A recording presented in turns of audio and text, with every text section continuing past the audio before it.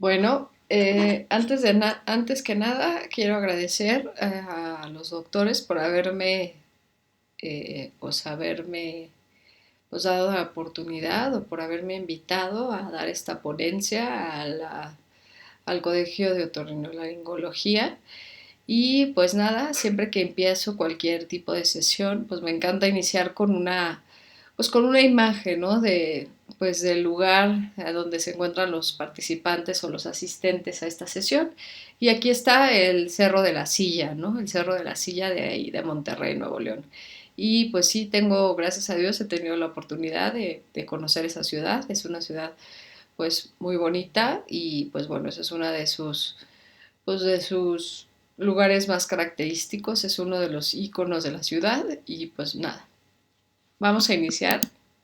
Entonces el tema del día de hoy, el que vamos a tratar, se llama rinitis alérgica y asma, esteroides intranasales. Y pues yo soy la doctora Paola de Varo Álvarez, yo soy alergóloga, inmunóloga, clínica pediatra. Y soy gerente médico para GlaxoSmithKline México. Y pues siempre que hacemos cualquier sesión o cualquier clase o cualquier ponencia tenemos que mencionar nuestro conflicto de interés. Y pues yo no tengo ningún tipo de conflicto de interés en relación con esta sesión. Y pues les voy a comentar un poquito quién soy yo. Yo soy Paola de Varo Álvarez, yo soy alergóloga, inmunóloga clínica pediatra. Yo hice pediatría en el Instituto Nacional de Pediatría, luego hice alergia en el Hospital Infantil de México Federico Gómez. Siempre he sido defectuosa, o sea, crecí, nací y estuve mucho tiempo viviendo aquí en la Ciudad de México, toda mi vida, por eso soy defectuosa.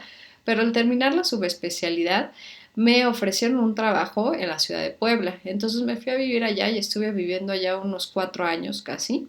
Estuve viviendo en Puebla y también en Puebla y en Tlaxcala. Trabajé en el Hospital Infantil de Tlaxcala. Ahí fui médico adscrito del filtro de pediatría y también del servicio de alergología del Hospital Infantil de Tlaxcala. Y pues también tuve mi consultorio privado en Vida, en Cuautlancingo y en Puebla. Y me encanta dar clases, por lo tanto fui profesora de tiempo parcial de la materia de inmunología para el cuarto semestre de la carrera de medicina y también di clases de pediatría para el cuarto semestre de la licenciatura de enfermería en la Universidad de las Américas en Puebla.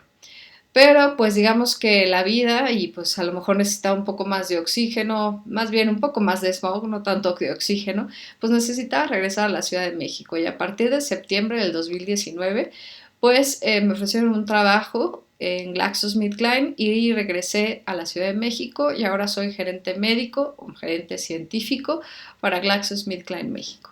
Bueno, sin más preámbulos, vamos a iniciar con los objetivos de esta sesión. Los objetivos de esta sesión es reconocer como tal que el asma y la rinitis alérgica son problemas de salud pública. También hay que saber que los corticoides intranasales son la base del tratamiento y les voy a explicar con el tiempo de esta sesión, les voy a explicar por qué consideramos que estos corticoides intranasales son la base del tratamiento para la rinitis alérgica y también funcionan para el asma, porque vamos a hablar de un tema que es vía aérea común. Vamos a identificar las diferencias que importan, como las opciones disponibles. Vamos a ver que no todos los esteroides son iguales, entonces vamos a ver que hay unas diferencias que hacen un esteroide mejor que otro y también vamos a empoderarnos de como tal el tratamiento farmacológico de estos pacientes, ¿no? Vamos a ver qué es lo que le vamos a mandar de acuerdo a cada uno de los pacientes y de acuerdo a lo que cada uno de los pacientes necesita o le interesa. Entonces vamos a iniciar con las generalidades, vamos a iniciar con la definición.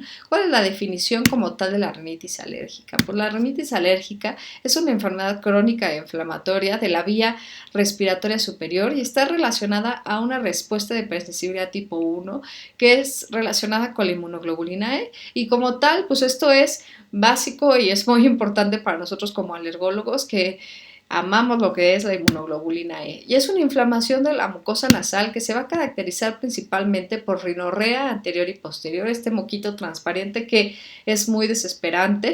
También estornudos, que son generalmente estornudos en salva o estos estornudos que son paroxísticos, que son continuos. Esta congestión u obstrucción nasal y este prurito nasal tan importante. Es una historia, estos síntomas generalmente pueden ser episódicos o recurrentes o también pueden llegar a ser persistentes.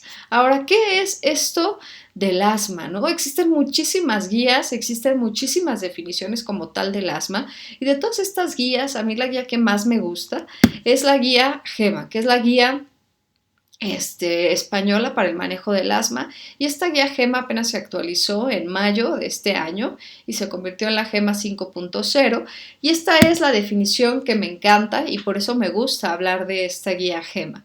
Esta guía menciona que es un síndrome que incluye diversos fenotipos clínicos de etiologías probablemente diferentes y menciona que es una enfermedad inflamatoria crónica, que eso es muy importante de decir, de la vía respiratoria en cuya patogenia intervienen tanto células como mediadores de la inflamación, intervienen factores genéticos y que cursa con una hiperrespuesta bronquial y obstrucción variable del flujo aéreo y que además puede ser total o parcialmente reversible, ya sea por la acción de algún medicamento o de manera espontánea. Algo súper interesante es esta prevalencia y el impacto que tienen estas enfermedades en la calidad de vida de los pacientes. Entonces, en relación a la prevalencia de la rinitis alérgica, sabemos que a nivel mundial afecta 10 al 30% de la población adulta y en los niños afecta hasta un 40% de la población pediátrica y sabemos que esta es una prevalencia pues muy alta, ¿no? Es una enfermedad que afecta a muchas personas y afecta mucho, sobre todo a la población pediátrica, pero en sí a toda la población en general. En México sabemos que es un 15.4% dentro de los adolescentes de 13 a 14 años y es un rango pues muy amplio, ¿no? De 7.1 hasta el 28%. Y en lo que serían los escolares de 6 a 7 años es de 11.6%, también con un intervalo, un rango muy amplio del 6.7 al 18%. Y desde mi punto de vista, esto está infradiagnosticado. ¿Por qué? Porque hay muchos pacientes que es probable que tengan esta sintomatología como de rinitis alérgica y no se encuentran diagnosticados como tal, que a lo mejor les digan, no, pues son catarros comunes o se la vive enfermándose o esto, pero no estén dados con el diagnóstico o no les hayan dicho realmente que tienen el diagnóstico de una rinitis alérgica. El asma como tal, hay 339 millones de personas afectadas con asma. Es la 16ª enfermedad en relación a la prevalencia y a la discapacidad y aproximadamente el 50% de los pacientes inician antes de los 10 años de edad. Y esto es súper interesante porque antes creíamos que el asma era una enfermedad que solamente afectaba a adultos y ahora sabemos que el asma es una enfermedad que inicia desde las edades tempranas de la vida, ¿no? Y pues de acuerdo en México, de acuerdo a ISAC, en pediatría es del 8 al 12% esta prevalencia y en adultos es del 5 al 7%. Y también para mí esto está infradiagnosticado. En relación a la prevalencia, como les comentaba, el ISAC, que el ISAC es una prevalencia muy interesante porque es un conjunto de personas que han estado estudiando no solamente esta prevalencia de la rinitis alérgica, sino también del asma y de la dermatitis atópica. Y el ISAC ha comentado, es más, ya tienen hasta un récord Guinness porque llevan más de 10 años estudiando las prevalencias de estas 3 enfermedades. Y el ISAC menciona que de 13 a 14 años la prevalencia de asma en México es del 8 al 12% y en adultos de 18 a 45 años su prevalencia es del 5 al 7%. Y esto también para mí está infradiagnosticado porque es muy probable que haya muchas personas que a lo mejor consideren que pues tienen una tos crónica o que tienen disnea o opresión del pecho, pero que no estén diagnosticadas tal cual como asmáticos. Entonces, esta prevalencia seguramente sería más alta porque estas personas no se saben de asmáticos cuando realmente lo son. Ahora, en relación al impacto, ¿por qué la rinitis es tan importante en relación al impacto que tiene la calidad de vida de los pacientes? El impacto es porque afecta mucho el estado físico y mental de los pacientes. Muchos pacientes con rinitis alérgica se encuentran cansados, se encuentran deprimidos, se encuentran irritables, miserables o también apenados. ¿Por qué? ¿Por qué nos sentimos así? Pues apenados, ¿por qué? Porque ese moquito transparente que sentimos, ¿no? Puede ocasionarnos pues, que nos sentamos apenados, ¿no? Muchas veces siempre sale ese moquito transparente en las peores circunstancias. También pues nos podemos sentir cansados porque generalmente por la congestión nasal, pues eso hace que nosotros no durmamos de manera adecuada. Entonces, si no duermo yo de manera adecuada, estoy cansado y al día siguiente me siento irritable y al día siguiente estoy deprimido y estoy triste y por lo tanto me siento mal y esto afecta mi calidad de vida. Y también se ha visto que en relación al trabajo y a la actividad laboral, esto también afecta mucho la calidad de vida de los pacientes. Esto mismo pasa y es un círculo vicioso. Si yo tengo una congestión nasal tan importante, afecta mi calidad de sueño y esto hace que yo no duerma bien, no esté descansado, al día siguiente me encuentre cansado, me encuentre muy irritable y esto hace que no vaya con una adecuada gusto al trabajo y no tenga una forma o no me sienta bien para trabajar como yo suelo trabajar. Y entonces esto afecta mi productividad y afecta como tal mi trabajo. Y hay hasta algunas personas que suelen faltar al trabajo por esta sintomatología tan importante. Entonces, como tal, sí está afectando la calidad de vida de nuestros pacientes. Y sabemos que 1 de cada 10 escolares y adolescentes van a tener asma y por ende 2 de cada 10 escolares y adolescentes van a tener rinitis alérgica. Entonces, en relación a las prevalencias, pues son enfermedades muy importantes que impactan mucho a la calidad de vida de nuestros pacientes. Ahora, en relación a la fisiopatología, ya habíamos comentado que la rinitis alérgica era una reacción de hipersensibilidad inmediata tipo 1, mediada por IgE. Entonces, la fisiopatología es si nosotros nos encontramos con un antígeno, un alérgeno que generalmente tiene un bajo peso molecular, que es altamente soluble.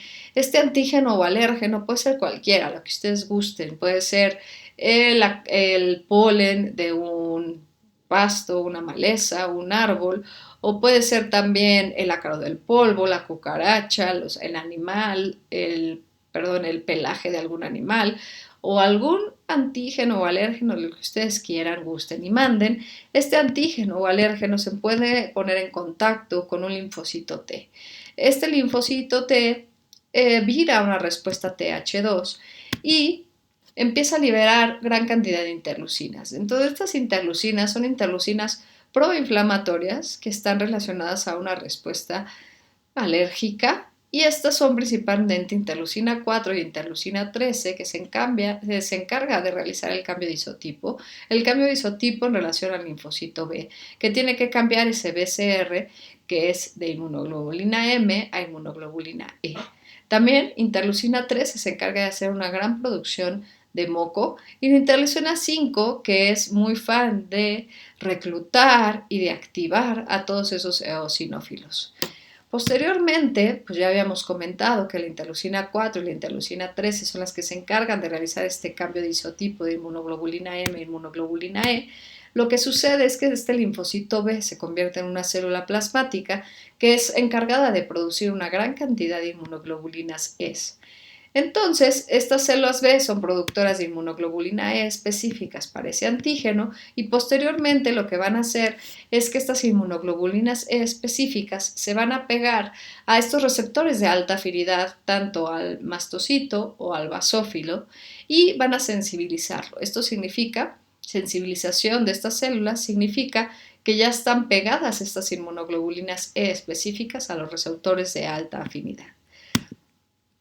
Entonces, ¿qué sucede? Cuando yo me vuelvo a exponer nuevamente a ese antígeno o a ese alérgeno, tengo una exposición repetida al mismo antígeno o alérgeno, esto hace que vayamos a tener una activación de este basófilo o este mastocito que ya estaba sensibilizado.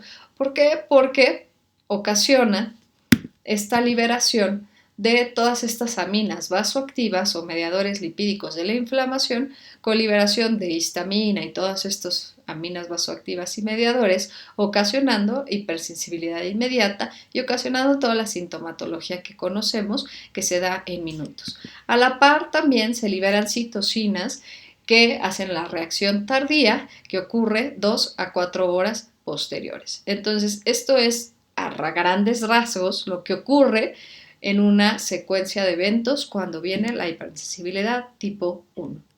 Ahora, en relación a fisiopatología del asma, sabemos que el asma es un síndrome o una enfermedad heterogénea. Y esto no lo comento yo, sino que lo dice como tal la Guía Mexicana del Asma, que es la GUIMA. Y esta habla de que existen factores predisponentes, que son principalmente estas variantes genéticas, que es el genotipo, que son los 50 genes que ya conocemos, que están relacionados con el asma y que vienen a través de mecanismos epigenómicos. Y estos factores predisponentes son aquellos que nos van a incrementar el riesgo. Y aquí es cuando siempre comienzo a dar yo pues demasiados ejemplos en relación a mi persona, pero bueno, pues yo soy Paola de Varo, Paola de Varo Álvarez, porque siempre dice mi madre que si no doy el apellido materno es como si no tuviera madre, pero sí la tengo, entonces Paola de Varo Álvarez, y pues yo tengo una madre con rinitis alérgica, un padre con rinitis alérgica y una abuela materna con asma. Entonces yo ya tengo estos factores predisponentes, yo ya tengo estos antecedentes heredofamiliares, yo ya tengo esta carga genética en mi espalda, yo ya tengo incrementado este riesgo de poder presentar la enfermedad. Pero necesito estos factores desencadenantes. Estos factores desencadenantes es este medio ambiente en el cual yo me tengo que desenvolver para que se active mi enfermedad, para que se activen estos genes y me dé esta enfermedad. ¿Y cuáles son esos factores desencadenantes? Pues el medio ambiente son alérgenos, infecciones, contaminantes, irritantes, cambios de temperatura, ejercicio y emociones. Entonces, ahí es cuando yo pregunto, ¿ustedes creen que Paola de Varo Álvarez haya estado en un medio ambiente con todos estos factores desencadenantes que hayan favorecido para que se activara la enfermedad? Y ahí es cuando todo el mundo contesta, pues sí, claro que sí. Entonces yo solamente no soy asmática, sino que también soy asmática, soy rinítica y tengo dermatitis atópica. ¿Por qué? Porque se juntaron estos dos factores, el factor predisponente, que son los genes que incrementaron mi riesgo, y el factor desencadenante, que es el medio ambiente donde me desenvolví, que activaron la enfermedad. Y además están todas estas células y moléculas que unidas generan este fenotipo, que son las manifestaciones clínicas, y además está este endotipo, que son todos estos mecanismos fisiopatológicos que dan estas manifestaciones clínicas de la enfermedad. Y cuando hablamos de fenotipos y endotipos es cuando todos queremos echarnos a correr porque se empiezan a complicar un poquito más las cosas. Muy bien, entonces en relación al diagnóstico, ¿cómo hacemos el diagnóstico de una rinitis alérgica? En el área como tal existen algunos síntomas que son sugestivos como tal de rinitis alérgica y estos síntomas sugestivos nos dicen que tengo que tener 2 o más de los siguientes durante más de 1 hora en la mayoría de los días y los síntomas son los que ya habíamos comentado, es la rinorrea hialina, estos estornudos que generalmente son paroxísticos, la congestión nasal o la obstrucción nasal, el prurito nasal y más o menos conjuntivitis, porque vamos a ver más adelante en las comorbilidades que casi hasta el 80% de los que tenemos rinitis alérgica tenemos conjuntivitis. Entonces todo esto, cuando tenemos todo esto, 2 o más de estos durante más de 1 hora en la mayoría de los días, podemos hacer o nos orienta más a un diagnóstico de rinitis alérgica y ya con esto podemos clasificar y evaluar la gravedad. Ahora, ¿qué cosas nos hacen que nosotros, pues como que digamos, no, esto no es una rinitis alérgica, como que nos hacen alejarnos más de la sospecha diagnóstica de una rinitis alérgica? Y entonces, estos serían cuando son síntomas unilaterales, cuando hay una obstrucción nasal solamente, por ejemplo, eso me hace sospechar de un paciente que se mete a lo mejor algo en la nariz y solamente tiene congestión nasal de un lado de la nariz. Perdón que siempre haga ejemplos de niños, pero pues no puedo negar la cruz de mi parroquia, soy pediatra. También una rinorrea mucopurulenta puede ser también esto, ¿no? Que se mete al niño, a lo mejor se metió una canica o una moneda o algo en la nariz y esto puede ocasionar la rinorrea mucopurulenta. O si es bilateral, pues puede ser que ya no estemos hablando de una rinitis alérgica, sino de una rinitis infecciosa.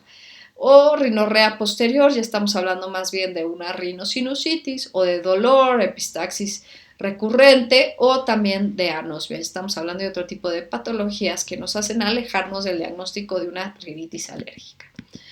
O existen otras pruebas que se pueden realizar, como serían las pruebas de alergia, que son las pruebas cutáneas, que les voy a decir yo como alergóloga, que nos encanta realizar que generalmente se hacen en el brazo o en la espalda, y están también las pruebas de IgE específicas, que son IgE totales específicas al alérgeno y que se hacen en sangre. Sinceramente, a mí las IgEs específicas no me gustan realizarlas, prefiero hacer las pruebas cutáneas. Solo realizo IgEs específicas en casos muy específicos, hay que ver muy bien la clínica y la situación del paciente, o se hacen principalmente en aquellos pacientes que tienen antecedentes de anafilaxia o choque anafiláctico, o aquellos pacientes con dermatitis atópica que tienen una extensión, que tienen lesiones muy extensas a lo largo del cuerpo y que no existe una parte de la piel en la cual podamos hacer las pruebas cutáneas. Están también la nasoendoscopía, las imágenes como la tomografía, donde aquí, por ejemplo, podemos ver una rinosinusitis tamaño llorarás. También hay estudios como la citología, otros como el hisopado, la resonancia magnética, o algo muy nuevo que es el FeNO, que es la fracción exhalada de óxido nítrico, que ahora se está valorando a nivel nasal. Esto es muy común en el asma, la fracción exhalada de óxido nítrico, para valorar esa inflamación eosinofílica, pero antes se hacía mucho a nivel bronquial y ahora se está empezando a utilizar a nivel nasal. El diagnóstico de asma, como ya lo había mencionado, es también clínico. Hay que ver la variabilidad de estos síntomas, porque sabemos que son síntomas que fluctúan en intensidad y en frecuencia. Hay que saber que también estos síntomas van a estar desencadenados por infecciones virales, principalmente el virus sincicial respiratorio y el rinovirus, también por ejercicio, por alérgenos, por los cambios en la temperatura y por irritantes. También pueden ocasionarnos estos cambios o esta fluctuación o ese desencadenante de la sintomatología. Y también es muy interesante mencionar que necesitamos dos de los siguientes para poder realizar el diagnóstico. Yo siempre les pongo a este gatito de Shrek para que sepan que este gatito de Shrek estamos hablando de uno de los signos o síntomas más comunes, que serían las sibilancias. Y hablamos del gatito de Shrek para que sepamos que las sibilancias no solamente estamos hablando de un sonido en el pecho, sino que las sibilancias es tener un gatito o una ratita atorada en el pecho.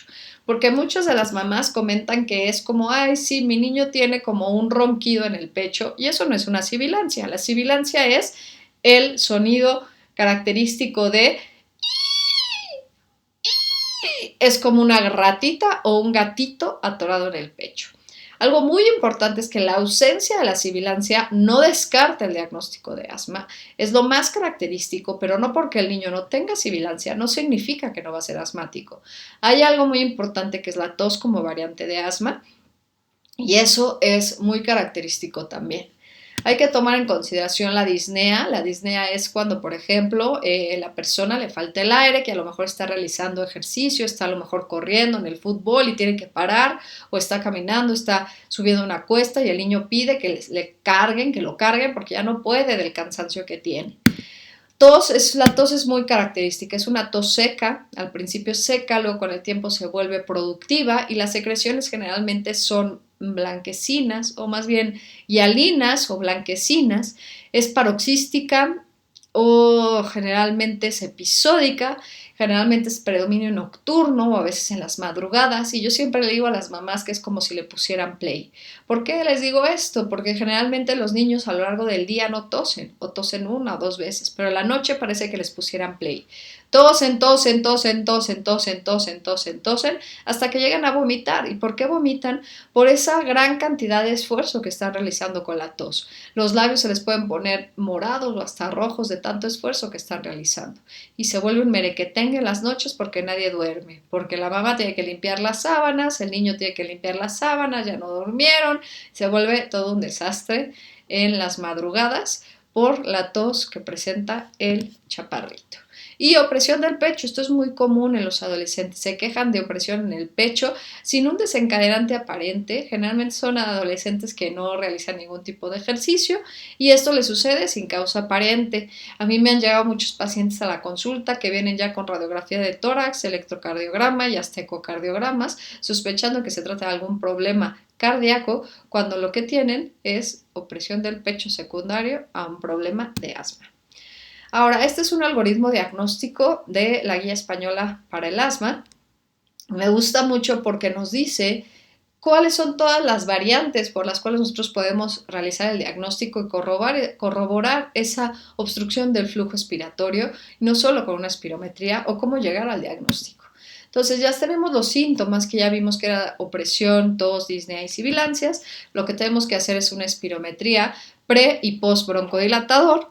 Y generalmente lo que sucede es que si yo hago una espirometría tengo que tener un patrón obstructivo en el cual tengo que encontrar un BEF1, FBC menor a 0.7 y decir que es un patrón obstructivo. Después le tengo que hacer una prueba broncodilatadora. Si esta prueba broncodilatadora sale positiva, fácilmente hago mi diagnóstico de asma.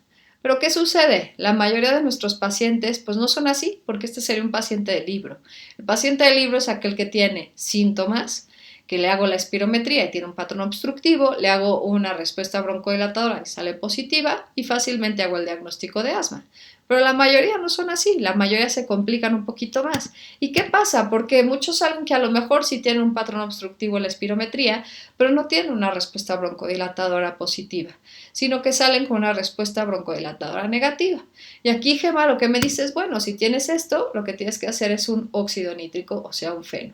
Si mi feno sale positivo, tengo que tener 40 partes por billón, haces el diagnóstico de asma. Pero si el feno sale negativo, ¿qué hago? Le hago una prueba terapéutica que se le conoce así. Esta prueba terapéutica es darle esteroide vía oral, o si no le puedo dar esteroide a dosis inhaladas altas, que son 1500 a 2000 microgramos de fluticasona, durante 2 a 8 semanas, y después de este esteroide hacerle otra vez una espirometría. Si después de la espirometría regresa o digamos que se resuelve este patrón obstructivo, pues es asmático mi paciente. Y si el patrón sigue siendo obstructivo, pues entonces hay que reevaluar al paciente, porque después de haberle dado unas dosis muy interesantes o muy elevadas de esteroide y no se le quita el patrón obstructivo, no se le quita esa inflamación con el esteroide, pues entonces hay que buscar otra causa de esa obstrucción. Ahora, si yo tengo síntomas y le hago la espirometría y no tiene un patrón obstructivo mi paciente, pero le hago una prueba broncodilatadora y sale positiva, mi paciente es asmático. Ahora, ¿qué pasa? Si tengo síntomas, le hago la espirometría, no tiene un patrón obstructivo, le hago la respuesta broncodilatadora y sale negativa, pero yo sigo sospechando de que mi paciente es asmático por la sintomatología y por todo esto, Gemma te dice, no te preocupes, hazle un feno. Si el feno me sale positivo arriba de 40, perfecto, es asmático. Pero a lo mejor resulta que pues en el hospital o del laboro no hay feno. Entonces, ¿qué hago? Pues no dice Gemma, no te preocupes, hazle una flujometría. Entonces, ¿qué es el flujómetro? El flujómetro es un aparato que es de plástico, digo, hay unos muy baratos que venden muy sencillos, que venden en cualquier farmacia especializada. Hay unos mucho más sofisticados y electrónicos y así, pero hay unos muy sencillos que tienen como un semáforo que todos los asmáticos deberíamos de tener. Y debemos estar midiendo esta variabilidad domiciliaria del flujo expiratorio pico, que es lo que mide el flujómetro. Y esta variabilidad domiciliaria de ver cuánto varía este flujo expiratorio pico en la mañana y en la tarde o en la noche, es lo que debemos de tener nosotros, que se le llama PEF. Entonces, si esta variabilidad domiciliaria es mayor al 20%, ahí hacemos el diagnóstico de asma. Y si es menor al 20%, ¿qué otras opciones puedo hacer? Si resulta que mi paciente, pues no tengo óxido nítrico en el hospital donde laboro, si mi paciente pues no tiene flujómetro, entonces te dice, Gemma, no te preocupes, todavía hay otra opción. Y esa otra opción es hacer una prueba de broncoconstricción, que ahorita más adelante hablaremos de ella. Si esta prueba sale positiva, es asmático tu paciente. Y si sale negativa, entonces ahora sí hay que reevaluar y buscar alguna otra opción de qué otra patología podría llegar a tener mi paciente. Por eso me gusta este algoritmo diagnóstico, porque no solamente se basa o solamente te deja con la opción de una espirometría, sino que te da muchísimas más opciones para que tú puedas llegar al diagnóstico de asma. Ahora, ¿cuáles son estas otras pruebas que les comentaba? Pues están las pruebas de reto. Primero está la prueba de ejercicio. Generalmente es hacer una espirometría y luego poner a hacer cierta cantidad de ejercicio al paciente, a lo mejor en una caminadora lo pones a correr ahí un rato y después le haces otra vez la espirometría. Si no tienes caminadora, pues no tienes que ser tan especial. Nosotros en el Hospital Infantil de México lo que hacíamos era poner al paciente a que subiera 3 pisos corriendo y los bajara corriendo. Y después hacíamos la espirometría. Otras pruebas son la solución hipertónica y el manitol, y hay que ver también la caída del BEF1. Y otra prueba es con metacolina. La metacolina es una sustancia que ocasiona broncoconstricción a todas las personas. Obviamente el paciente asmático en concentraciones más pequeñas pues va a ocasionar broncoconstricción antes. Estas pruebas yo les recomiendo que no las realicen en su consultorio, sino que las realicen en un lugar donde tengan un carro rojo o donde tengan un servicio de urgencia cerca. ¿Por qué? Porque estamos ocasionando una broncoconstricción al paciente, estamos ocasionando una crisis de asma. Entonces tenemos que tener un lugar donde podamos revertir lo que estamos ocasionando. Está también el feno, que es la fracción exhalada de óxido nítrico, de lo que ya habíamos hablado en relación a rinitis alérgica.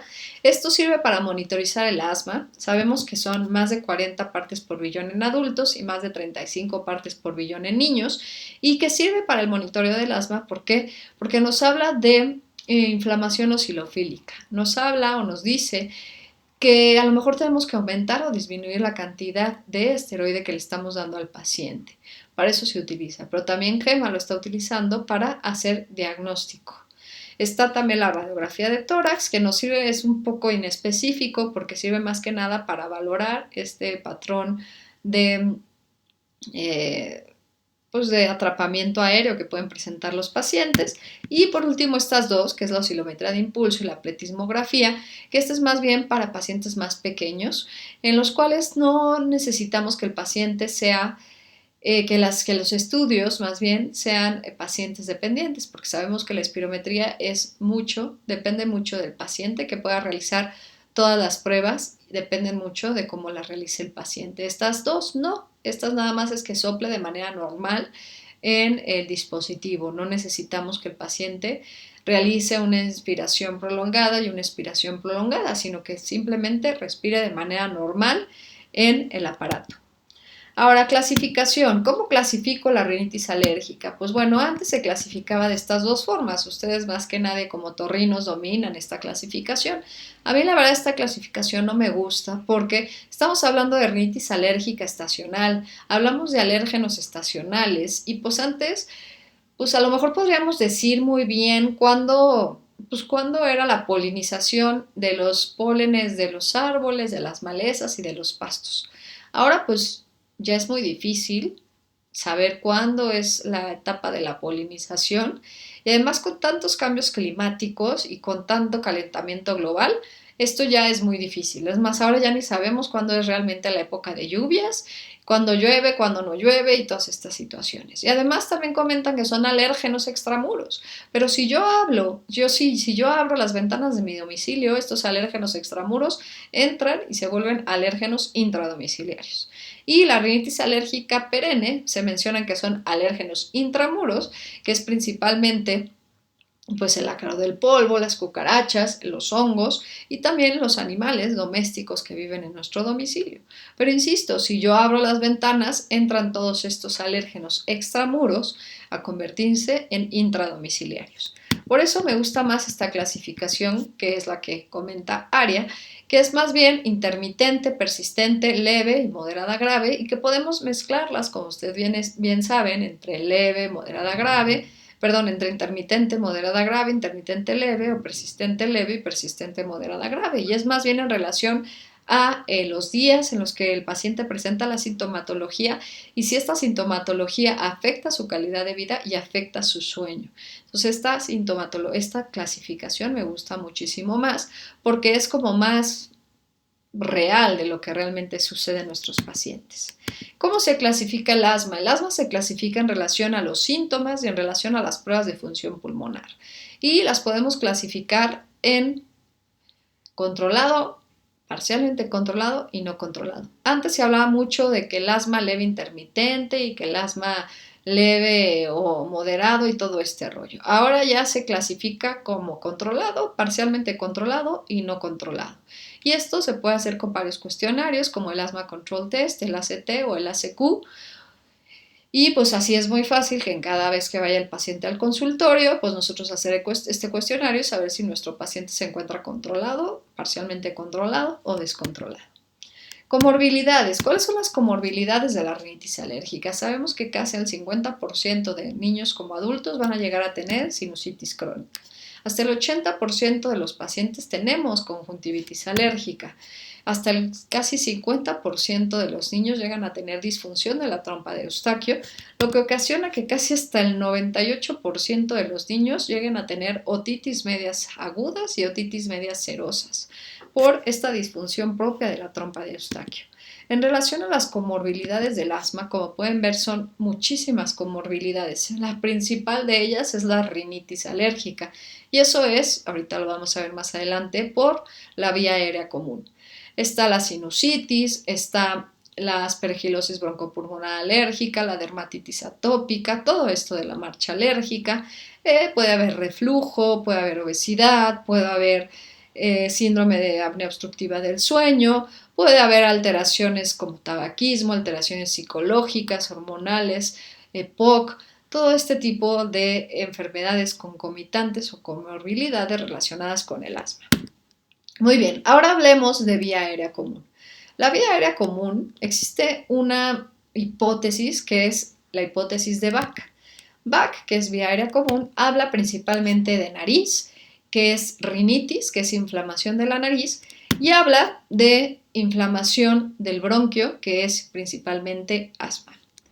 Entonces, la hipótesis de Bach comenta o propone que cualquier proceso patológico que afecte la vía aérea superior afecta a la vía aérea inferior y viceversa, por cualquiera de las vías, ya sea de manera directa o indirecta. Asimismo, menciona o dice que la rinitis y el asma son manifestaciones de un mismo síndrome, o sea, que son lo mismo. ¿Por qué? Porque el mismo tubo o la misma vía por donde pasa el aire, pues es igual. O sea, el aire pasa por la nariz y de ahí llega al bronquio. Entonces, por eso es vía aérea común. Y existen varias evidencias, son evidencias anatómicas, epidemiológicas, que ahorita vamos a ver, que comentan esta situación. La evidencia anatómica es que existen muchas similitudes entre la vía aérea superior y la vía aérea inferior. Y entre estas similitudes histológicas están que las dos vías aéreas, la vía aérea superior e inferior, tienen una membrana basal, una lámina propia, el epitelio ciliado, tiene sus glándulas, sus células de Globe. Pero las diferencias entre estas dos son muy importantes. Una es que la mucosa nasal se encuentra adherida al hueso y es muy rica en vasos. Y la mucosa bronquial se encuentra adherida al cartílago y es muy rica en músculo liso. Entonces, cuando hay obstrucción, esta obstrucción está causada cuando es en la vía aérea superior, cuando yo tengo congestión nasal. Esta congestión está causada principalmente por vasodilatación y edema.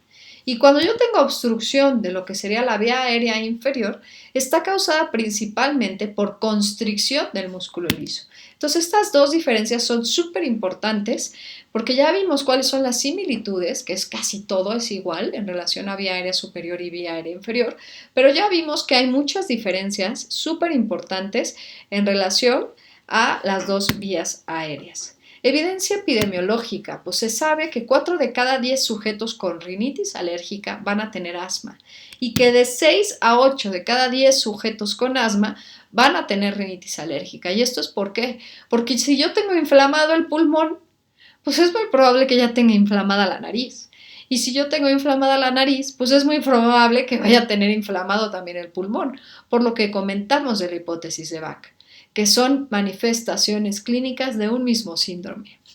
Ahora, también existe este estudio en el cual se le dio seguimiento a varias personas o a varios jóvenes universitarios que se les hizo un seguimiento de pruebas cutáneas, en el cual este estudio unos iniciaron con rinitis alérgica y otros no iniciaron con rinitis alérgica. Los que iniciaron con rinitis alérgica tuvieron hasta 3 veces más de presentar asma a lo largo del estudio que aquellos que no iniciaron con rinitis alérgica.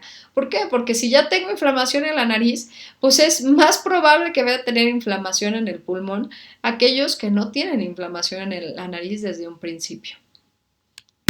Ahora existe la evidencia fisiopatológica. En relación a esto, es muy importante primero mencionar cuáles son las funciones que tiene la nariz. Ustedes como otorrinos pues seguramente las han de saber, pero vamos a repasarlas, ¿no? Digo, no solamente la nariz sirve para tener este perfil griego, o para hacer las diferencias entre narices entre uno y otro, o para operarlas, para hacerlas bonitas y quitarles el bump y quitarles las malformaciones y las cosas estas, sino que la nariz tiene funciones muy importantes y muy específicas. Una de ellas es filtrar el aire, ¿no? Las vibrisas y todo esto sirven para filtrar todas esas partículas nocivas que se encuentran en el aire, y eso es muy importante para nosotros. Otro es que modifica el aire, lo calienta a una temperatura de 37 grados y también tiene defensinas y tiene lactoferrinas que nos sirven y que sirven para defendernos como una respuesta inmune innata, como defensas primarias que tiene el organismo, y también tiene inmunoglobulina A secretora como todas las mucosas del organismo. Y bueno, también sirve para para respirar, ¿no? Para respirar y también para olfatear, por el sentido del olfato. Entonces, estas son pues cosas muy maravillosas que tiene la nariz. Entonces, dentro de la fisiopatología, pues aquí vamos a tener una nariz, obviamente con rinorrea, porque es una nariz rinítica, y el pulmón. Entonces, la nariz rinítica entra un antígeno, y el antígeno lo que ocasiona es una inflamación TH2, una inflamación TH2 con una respuesta que ya viró una respuesta de tipo alérgico. Cuando ya hay una inflamación TH2, lo que ocasiona es una congestión nasal, porque ya hay una vasodilatación importante y un edema importante que ya ocasionó esta congestión nasal.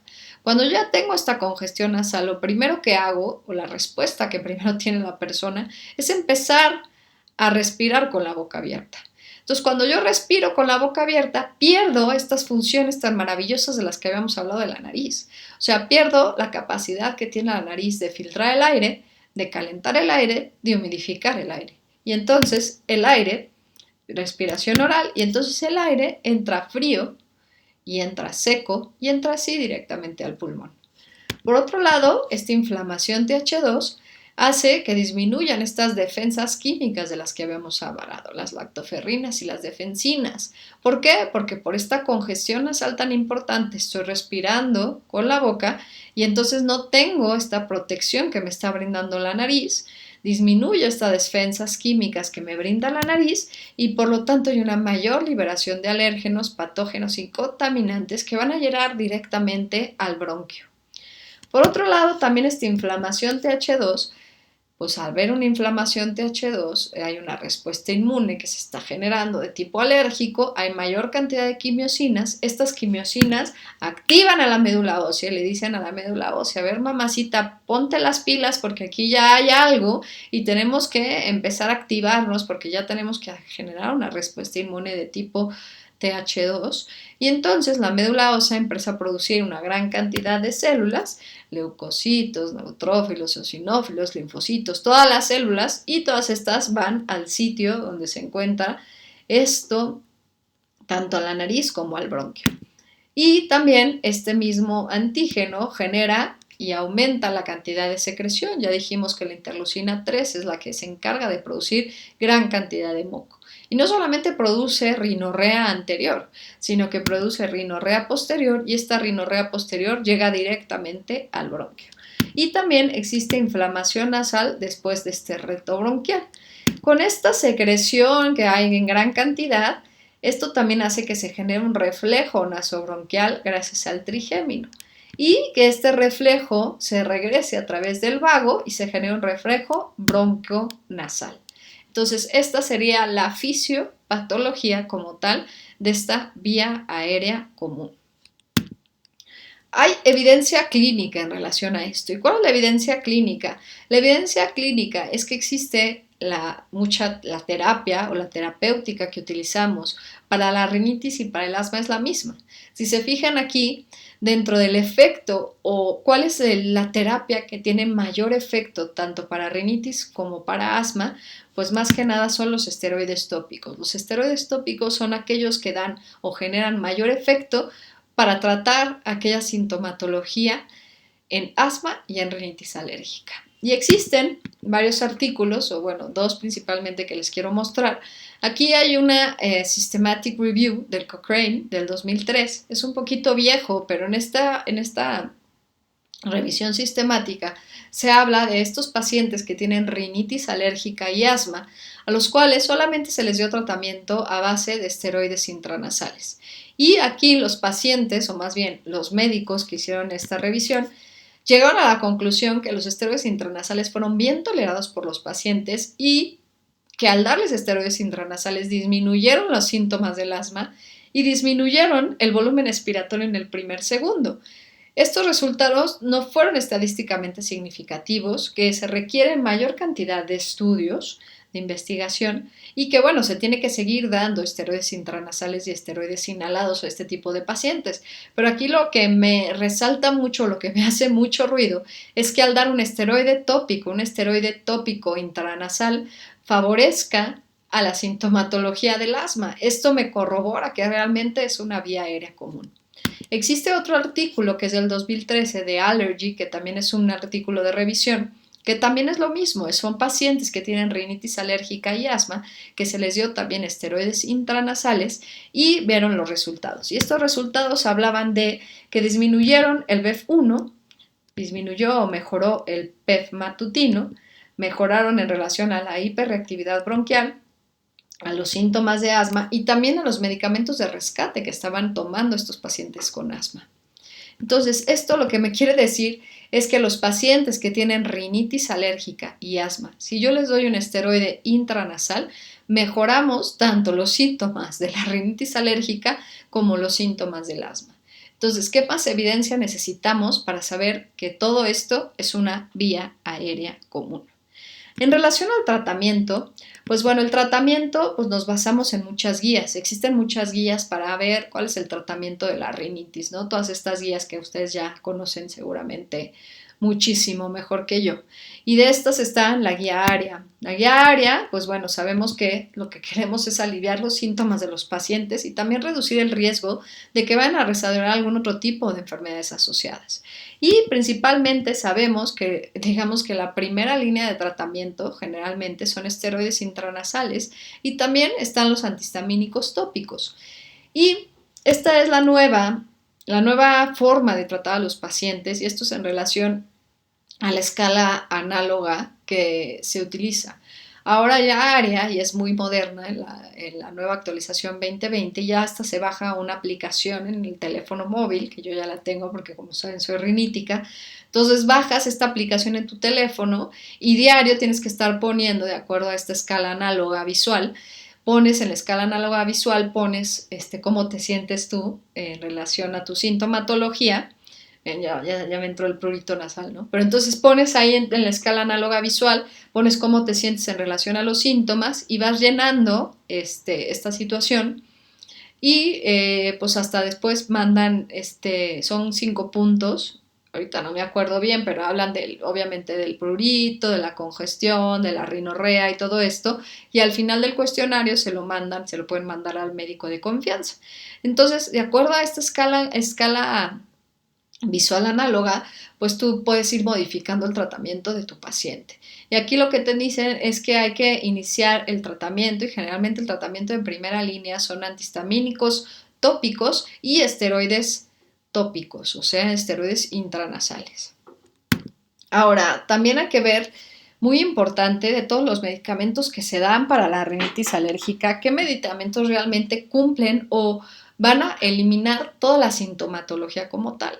Y si se fijan, bueno, pues aquí abajo se encuentran los esteroides orales, que estos son los que tenemos que evitar a siempre, ¿no? Siempre dejarlos hasta último momento porque los esteroides orales son los que más efectos adversos nos pueden ocasionar. Pero si se fijan, hay otro medicamento que son los esteroides nasales que también nos van a ayudar a quitar toda la sintomatología. Y dentro de esto también está la sintomatología ocular.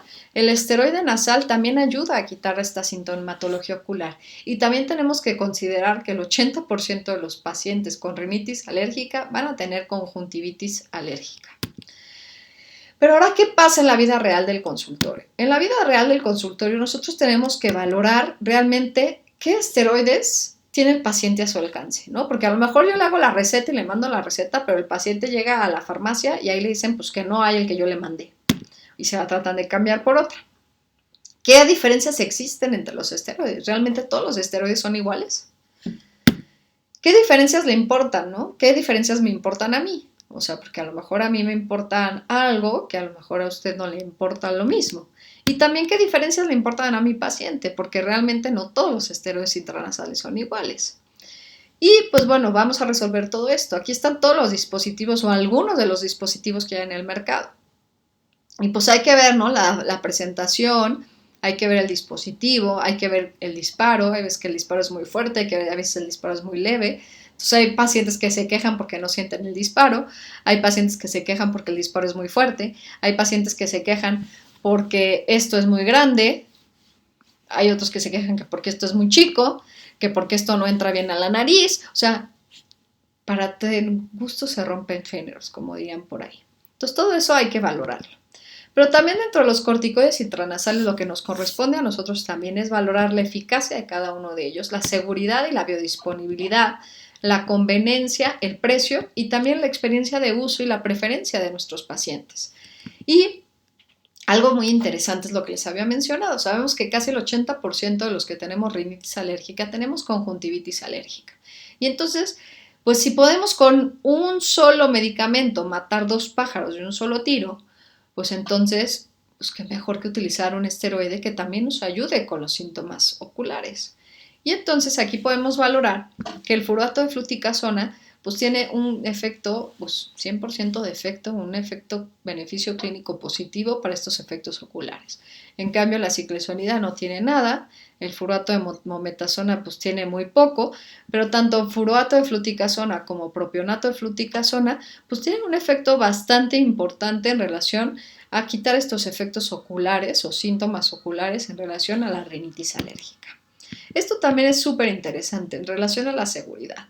Hay que ver también las dosis máximas que podemos dar del medicamento y a qué dosis podemos nosotros afectar o alterar el eje hipotálamo hipófisis suprarrenales o la supresión del cortisol. Más adelante vamos a hablar del índice terapéutico. Pero esto es súper importante en relación a esto. ¿Por qué? Porque muchos pacientes tienen rinitis y asma y vamos a tenerles que dar esteroides intranasales y también esteroides inhalados.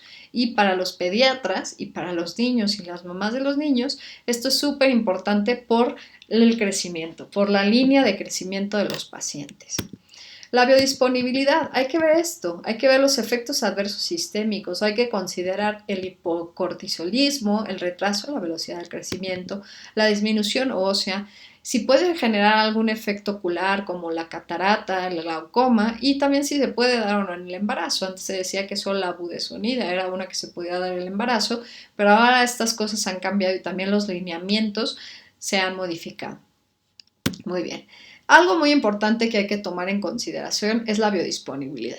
Si se fijan, aquí existen 3 medicamentos que es fluticasona, furato de fluticasona, furato de mometasona y propionato de fluticasona, que son aquellos que tienen menos de un 1% de biodisponibilidad y esto hace que sean medicamentos que se puedan o que sean apropiados para darse a o tener un uso a largo plazo. Entonces, estos medicamentos son los que tienen menor porcentaje de biodisponibilidad sistémica y eso hace que tengan menor biodisponibilidad que vaya menor cantidad del medicamento a la circulación sistémica y por ende tengan menores efectos adversos. Y así, mayor afinidad al receptor. Si yo tengo mayor afinidad al receptor de glucocorticoide, tengo una mayor duración de la acción antiinflamatoria. Y si se fijan, mientras menos biodisponibilidad sistémica haya, tengo mayor afinidad al receptor de glucocorticoide. Y ahí están igual, furato de fluticasona, furato de mometasona y propionato de fluticasona. Eso significa que tengo más afinidad a mi receptor de glucocorticoide, tengo más duración de acción antiinflamatoria en el lugar donde tengo que hacer el efecto y menos predisposición a que tenga efectos adversos a nivel sistémico. Esto es lo del índice terapéutico. El índice terapéutico, este es un estudio nuevo que es el 2020, que habla de cómo las dosis van incrementando y el porcentaje de pacientes que van recibiendo un beneficio. El 50% de los pacientes que van recibiendo un beneficio clínico y el 50% de los pacientes, este es el 50% de los pacientes que reciben un beneficio clínico y este es el 50% de los pacientes que van a tener efectos adversos del medicamento. Mientras nosotros vamos aumentando la dosis del medicamento. Y este es el porcentaje del efecto máximo del medicamento. Si se fijan, aquí está un espacio que es el índice terapéutico. Entonces, mientras más grande sea este espacio, es mejor este índice terapéutico. Eso significa que a menor dosis, mayor porcentaje de efecto máximo y menor predisposición a que haya efectos adversos del medicamento. Algo muy interesante es este estudio que también habla del índice terapéutico y habla también de la supresión del 20% del cortisol o la supresión del eje hipotálamo hipófisis suprarrenales. Aquí se hizo un estudio que es en relación, es un reto bronquial que se hace con adenosín monofosfato. El adenosín monofosfato es una sustancia que ocasiona broncoconstricción a todas las personas.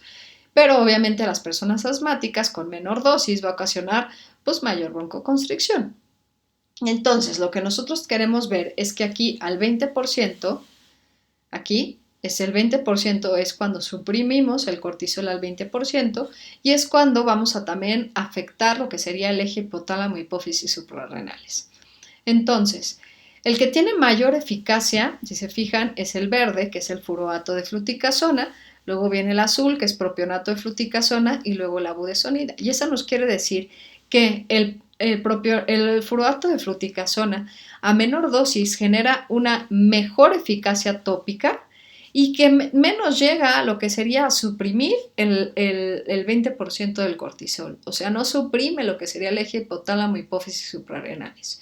Entonces, en conclusión, lo que dice el índice terapéutico es que a menor dosis, sobre todo en este caso, al comparar estos tres medicamentos, a menor dosis de furoato de fluticasona, tenemos una mayor respuesta o mayor eficacia del medicamento a menor dosis con menor predisposición a tener efectos adversos sistémicos y menor predisposición a tener una supresión del eje hipotálamo hipófisis suprarrenales. También algo muy importante, ya vimos la seguridad, la biodisponibilidad, ya vimos el índice terapéutico, ya vimos la afinidad al receptor, ya vimos todas estas cosas de por qué no todos los esteroides son iguales.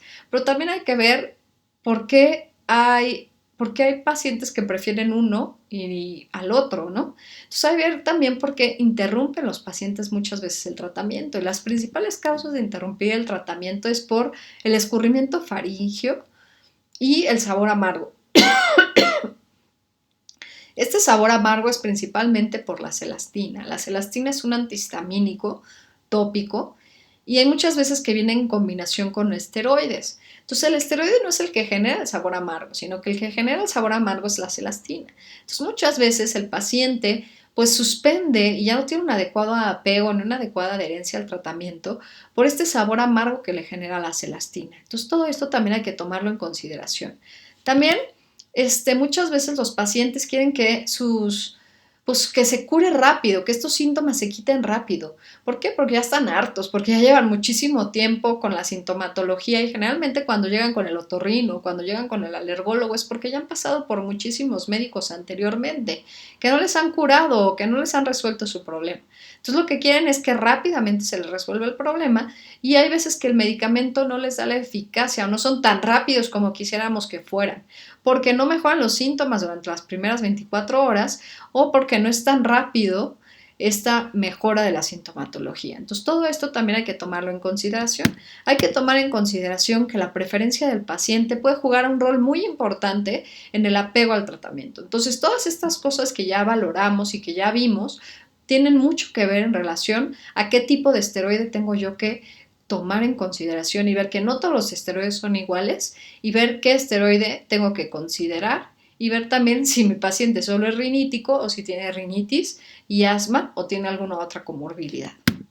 Entonces, como conclusiones, nada más comentar, que la rinitis alérgica es una enfermedad crónica inflamatoria, problema de salud pública, episodios recurrentes y persistentes de los síntomas que ya habíamos comentado, Podemos dar una sensibilización alérgica, hacer pruebas cutáneas o inmunoglobulinas C específicas en sangre, mandarlo al alergólogo. Siempre considerar que el paciente con rinitis puede tener asma, ¿no? Siempre hacer una espirometría para corroborar si no es asmático el paciente.